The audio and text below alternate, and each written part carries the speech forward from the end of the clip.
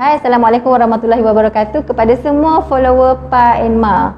Jadi untuk video kali ini, saya akan ajarkan beberapa teknik ataupun beberapa cara untuk mengajar anak pelat. Jadi untuk cara mengajar anak pelat, jadi sebelum saya masuk kepada teknik ataupun cara untuk mengajar anak yang pelat, apa yang anda kena tahu adalah setiap pelat dia ada peringkat-peringkat umur. Peringkat-peringkat umur yang mana pelat tu masih lagi normal ataupun sudah menjadi tidak normal. Jadi kalau pelat yang masih lagi normal, kita tak perlulah nak buat rawatan jumpa terapi dan sebagainya. Tapi ada cara yang kita boleh bantu supaya anak ni belajar untuk menyebut dengan betul, ataupun kita bantu anak supaya dia boleh belajar untuk tukar sebutan yang salah tadi, tukar kepada yang betul. Okey. Jadi kalau untuk anak yang mungkin memang dah terlepas, dah terkeluar daripada range yang normal tadi, yang tu mungkin perlukan rawatan yang lebih spesifik, yang perlu jumpa dengan terapis lah, speech terapis. Okey, so saya akan berikan beberapa teknik yang anda boleh gunakan atau boleh ajarkan di rumah bersama anak-anak. Yang pertama sekali, kita kena tengok peringkat umur. Secara asasnya kena tengok peringkat umur anak. Jadi ini adalah untuk anak-anak yang berusia mungkin di bawah 3 tahun. Berusia di bawah 3 tahun. Sebab anak yang 3 tahun biasanya memang akan pelat. Kalau ada yang bercakap terus atau tak pelat itu bagus. Tapi biasanya akan pelat. Biasanya sebutan masih lagi tertinggal-tinggal, masih lagi salah-salah sebut.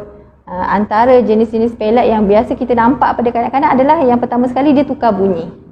Contoh sebut kakak jadi tatak, K dia tukar kepada T, susu jadi cucu, bunyi S tu dia tukar kepada bunyi C, kan? Ataupun bunyi lain, bola jadi boya, bunyi L tu jadi Y, kan, dia tukar bunyi. Itu adalah jenis-jenis pelat yang biasa kanak-kanak buat, dia tukar bunyi. Macam-macam lah pertukaran tu, yang boleh terjadi tu macam-macam. Ataupun yang kedua, yang kita biasa tengok anak suka buang bunyi. Yang cakap hujung-hujung tu kadang-kadang tu kan, kita kata makan nasi dia akan cik, kan cik je. Ataupun akan buang bunyi kat depan tu dia buang. Ataupun bukan setakat bunyi, dia buang suku kata sekali. Kan cik je, buku jadi ku je, contoh dia. Itu adalah membuang suku kata ataupun bunyi. Itu antara kesalahan-kesalahan pelat yang biasa kita dapat lihat pada kanak-kanak. Jadi ada banyak lagi sebenarnya, tapi itu yang common lah, yang saya sebut yang common, yang biasa. Jadi apa yang anda boleh buat kalau anak ada kesalahan yang macam ni, kalau anak tu bawah usia 3 tahun. Sebab kalau bawah usia 3 tahun, kalau anak tu pelat, memang kalau jumpa speech therapy pun memang dia tak akan buat rawatan untuk pelat. Sebab belum boleh lagi, dia masih berada dalam range yang normal untuk dia pelat. Alright? So sekarang ni kata, let's say anak tu tadi okeylah 2 tahun, 3 tahun, bawah 3 tahun, sebutan dia mungkin cakap hujung-hujung ataupun tu salah sebut. So apa yang teknik yang anda boleh gunakan adalah teknik highlighting. Highlighting ni adalah kita bertujuan supaya anak ni tadi dia dapat input yang lebih kepada apa yang bunyi yang dia salah sebut. Kita nak bagi dia dengar macam ada input. Sebutan dia macam tu rupanya. Macam tu kita nak bagi input yang lebih. So kita guna teknik highlighting. So teknik highlighting ni macam mana cara nak buat dia? Dia mudah saja. Mudah saja. Cuma kena tambah sedikit intonation kat situ. Alright? Contoh, kita ada contohlah anak sebut biskut jadi kut. Kut dia sebutkan. Biskut. Nampak tak saya highlight bunyi yang dia tertinggal tadi. Kalau ini te dia sebut kan. Contohlah dia pelat kan, te dia sebut, dia tinggal. Ataupun teta contohnya. So kita boleh highlight, kita kata kereta. Kereta. So kita highlight bunyi yang dia tertinggal tu, ataupun silabel ataupun suku kata yang dia tertinggal tu tadi, kita highlight. Maksudnya kita tekankan bunyi tu. Highlight tu maksudnya kita tekankan, kita bagi penekanan supaya bunyi yang tertinggal tu nampak lebih jelas. Ataupun anak mungkin tersalah sebut, pokok jadi potok contohnya. Contoh gajah jadi gadah. Contohlah gajah gadah ataupun dah je ke. Salah sebut. Kita kata gajah. J tu kan. Gadah, dia kata gadah. Gajah, ni gajah. Sebenarnya dia tak perlu pun kita nak suruh anak tu gajah gajah. Kalau kita buat macam tu pun sebenarnya tak membantu pun. Kan, sebab nanti kalau dia betul sebut pun nanti bila dia bercakap salah balik.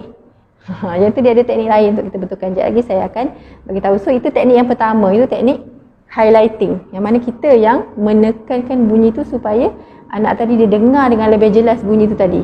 Bukan dia kadang-kadang bukan sebab dia tak nak sebut macam tu, bukan sebab dia tak nak sebut. Tapi mungkin disebabkan oleh selalunya dia punya organ-organ di mulut ataupun lidah, organ articulator dia panggil, organ-organ pertuturan ni masih lagi belum matang sebab dia masih lagi kecil. Jadi belum matang untuk menghasilkan bunyi-bunyi yang susah. Jadi bila dia berkembang lebih besar, organ tu lebih matang dan juga dia pun selalu praktis menyebut, pergerakan lidah semua bertambah baik. Jadi improve, bunyi-bunyi tu akan improve sedikit demi sedikit. So kita kena tunjukkan apa yang betul untuk dia buat. Dan make sure kita pun jangan cakap pelat dengan anak. Kalau kita cakap pelat dengan anak, dan anak tu akan tiru apa yang kita cakap tadi. Okay, kalau harimau, disebut mau-mau. Kan? Kita cakap, oh harimau. Kita tekankan bunyi yang dia tinggal tadi tu. Sebutan kita kena lebih jelas dan lebih clear setiap bunyi tu. Okay, itu teknik highlighting yang pertama. Okay, so kita pergi kepada teknik yang seterusnya untuk kita betulkan pelat. Yang ini lebih praktikal, bukan praktikal, lebih teknikal. Lebih teknikal. Yang ini especially untuk anak yang dah besar. Dah berusia mungkin 4 tahun dan ke atas. Kenapa saya kata 4 tahun dan ke atas? Sebab by 4 tahun dan ke atas, anak sepatutnya dah boleh sebut kebanyakan bunyi pertuturan. Dan yang cakap hujung-hujung tadi tu pun sepatutnya dah okey dah tak ada dah. Sepatutnya by 4 tahun dan ke atas, anak dah boleh cakap penuh dah perkataan, dah tak ada hujung-hujung. Okay, jadi kalau untuk anak yang macam 4 tahun ke atas ataupun biasanya lebih besar lah kalau kita nak buat yang lebih teknikal ni, sebab dia perlukan fokus anak. Kalau anak ada masalah fokus pun tak ada nak buat tau. Kalau anak yang ada delay bahasa, dia lambat bercakap, ada masalah fokus, susah nak buat. Tapi let's say anak tu tadi bahasa dia okey, maksudnya tak ada delay. Okay, bahasa tak ada delay, 4 tahun dah boleh bercerita, 5 tahun, kalau 5 tahun dah boleh bersembang, dah boleh bercerita dengan baik.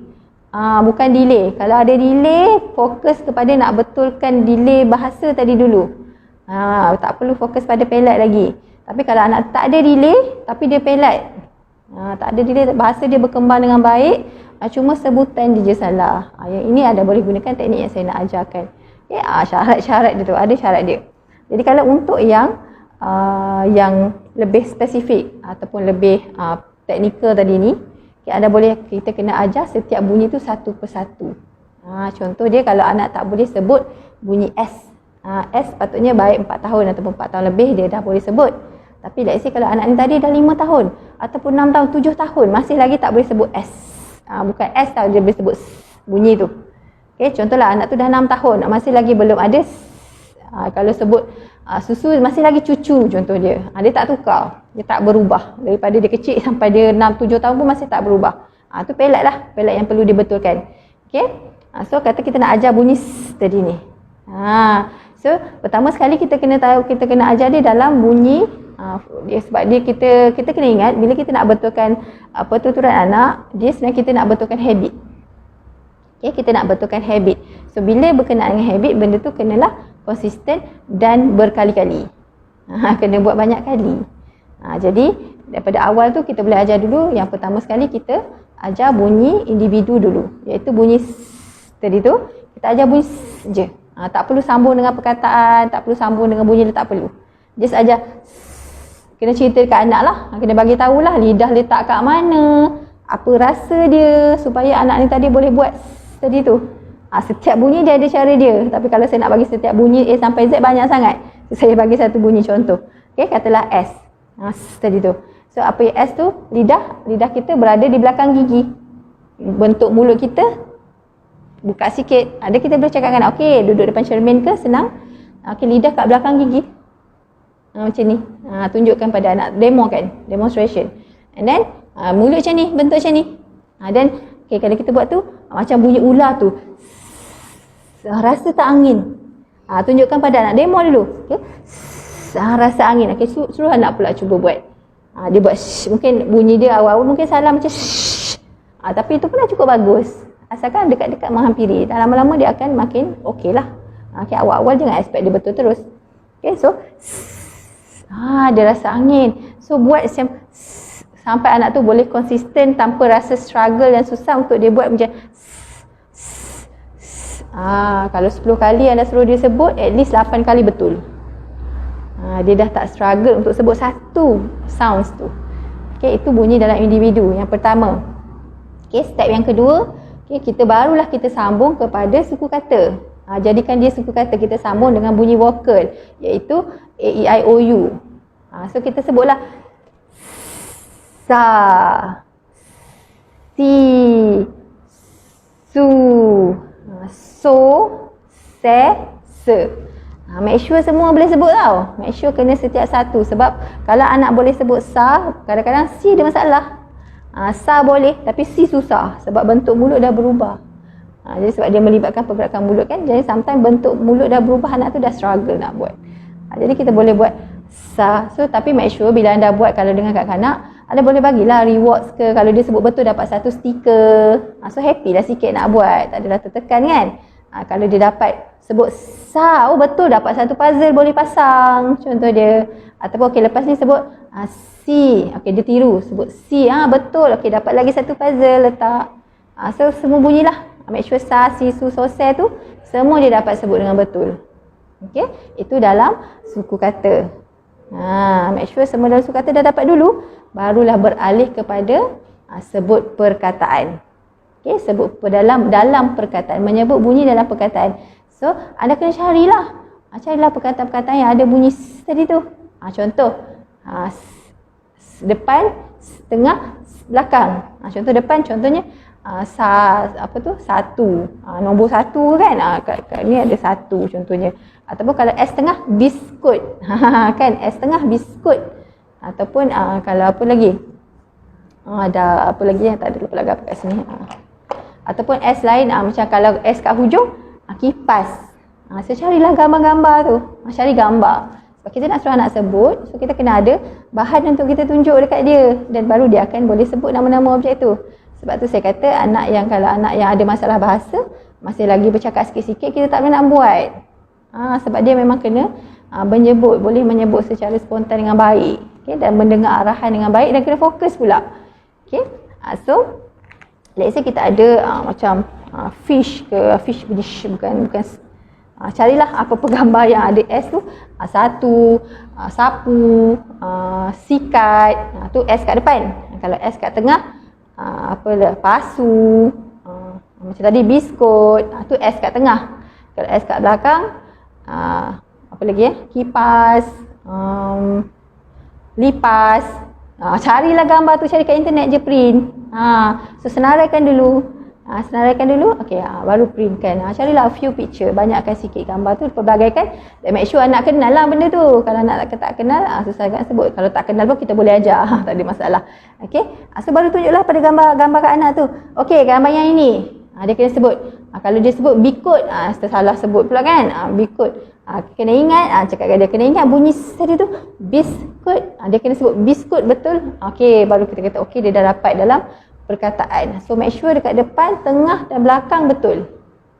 Nanti barulah kita betulkan pula dalam ayat. Tapi biasa kalau dah masuk ayat, kita tengok dalam bersembang lah. Biasa kita tanya dia soalan, dia kena jawab. Contohnya tadi kat sekolah makan apa? Kita tengoklah ada tak dalam pertuturan dia tu bunyi yang kita ajar sebelum ni tu betul ke tak? Dan kalau tak masih lagi tersalah, kita kena remind dia untuk dibetulkan. Sebab by the time anak dah boleh buat ke level ayat, biasanya dia dah tahu dah dia kena betulkan benda tu. Tapi kalau level-level awal tu dia masih lagi tak sure.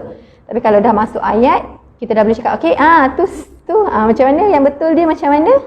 Nanti dia akan cuba consciously betulkan. Jadi kalau pelak dia macam tu, dia kena consciously anak tu nak betulkan. Dia sedar yang dia terbuat salah, dia nak kena betulkan.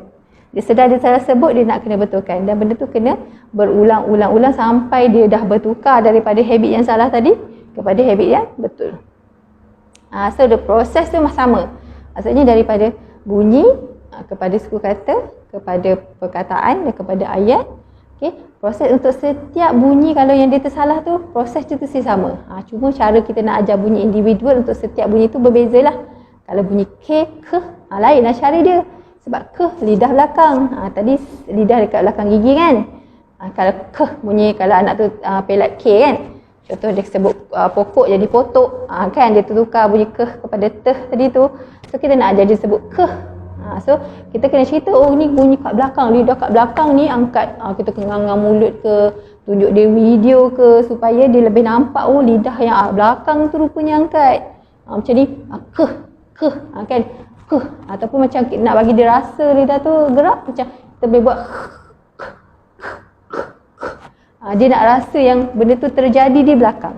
Bunyi tu terhasil lidah tu sebab yang belakang yang angkat. Tu setiap bunyilah dan follow the same process, individual, suku kata, perkataan dan ayat. So itu untuk mengajar anak pelat. Dan sebenarnya kalau nak lebih mudah, anda boleh jumpa speech therapy je untuk assess. Dan kalau untuk kes-kes kata let's say anak tu memang pelat dia teruk, contohnya 5 tahun, 6 tahun, pelat dia sangat teruk, lagi susah sangat nak faham. Kerana itu sebenarnya saya sarankan supaya anda berjumpa dengan speech therapy untuk buat assessment ataupun penilaian adakah benda tu terjadi disebabkan oleh ada masalah saraf ke ataupun tidak, ataupun dia hanya pelat biasa. Dan juga biasanya kalau pelat terlalu banyak, biasanya terapis akan sarankan yang mana satu yang kita nak kena betulkan dulu supaya pertuturan anak tadi lebih mudah untuk kita fahami, untuk lebih mudah untuk orang lain faham juga. Sebab fungsi kita betulkan pelat tu ada supaya orang lain boleh faham apa yang anak tu cakap dan dia boleh sampaikan mesej dengan lebih efektif lah. Kalau orang tak faham kan susah kan, susah dia nak sampaikan mesej. Jadi kalau better sebenarnya kalau teruk, kalau setakat sikit-sikit anda boleh betulkan sendirilah kat rumah. Tapi kalau let's say yang mungkin pelat yang sangat teruk, dah usia 5-6 tahun, masih lagi susah sangat kita nak faham apa dia cakap, itu saya sarankan untuk berjumpa dengan speech therapy untuk betulkan. Okay, jadi itu teknik yang kalau kita nak ajar bunyi. Saya masukkan sedikit teknik yang seterusnya, yang ketiga, kalau untuk kes anak yang bercakap hujung-hujung.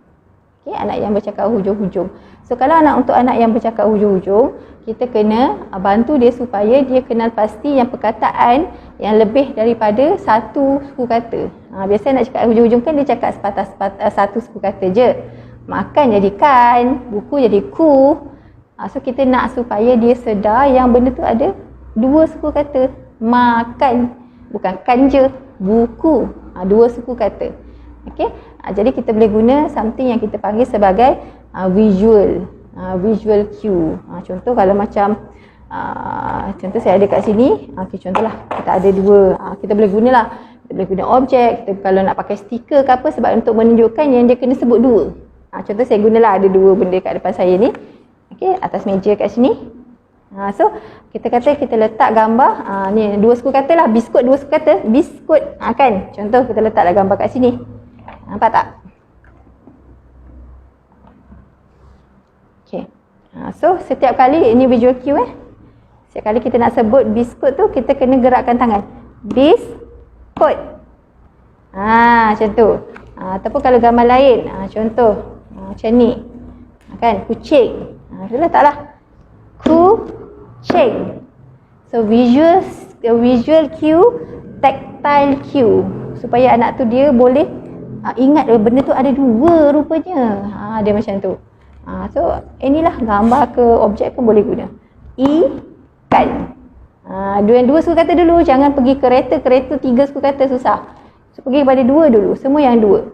So setiap kali nak sebut tu, okay, dia kena ketuk. Ikan. Kalau dia sebut kan saja, kan. Lagi satu tak ketuk. Maksudnya dia tinggal suku kata. Dia ada cue ataupun ada bantuan kat situ. So that's why kita letak benda yang macam tu. Kalau nak lebih menarik, anda boleh letak pledo. Kan ketuk pledo ke, lenyek pledo ke. Asalkan dia ada bantuan tadi yang nak menunjukkan, oh benda tu ada dua. So ajar yang tu dulu. Sampai anak dah boleh macam ikan, kucing. Dia boleh buat macam tu. Okay, barulah kita remove. Kita buang bantuan yang ini, kita sebut secara ini je. Okey, kita nak sebut dua kan, ingat dua, kita boleh dah guna jari je dulu sebab kita nak buang bantuan ni. Takkanlah kita nak bawa benda ni pergi jalan-jalan kan setiap kali nak cakap. Kita nak supaya anak tu boleh betulkan sendiri. So the next time kita tunjuk je gambar kosong yang tak ada bantuan pula. Yang ni, kalau dia sebutkan, dua ingat, dua kan ada dua hari tu, macam mana? So remind je balik. So kalau let's say dia dah boleh ikan. Okey, maksudnya dua suku kata dah boleh, barulah move kepada 3 suku kata pula. Kereta, butterfly. Remove pada 3 suku kata. Biasa kalau anak dah boleh buat 3 suku kata ataupun lebih, sepatutnya dah okey lah. Selalu dia nak start 2 suku kata je yang ada masalah kan. Tu sedikit teknik yang anda boleh buat untuk bantu anak yang cakap hujung-hujung. Tapi make sure anak yang cakap hujung-hujung kalau bawah 3 tahun tak perlu betulkan tau. Bukan tak perlu betulkan, maksud saya tak perlu lagi nak buat teknik macam ni sangat sebab masih lagi normal untuk bawah 3 tahun cakap hujung-hujung. Tapi let's say kalau anak tu dah berusia 3 tahun ke atas, 4 tahun, 5 tahun, 6 tahun, cakap hujung-hujung, dia boleh buat.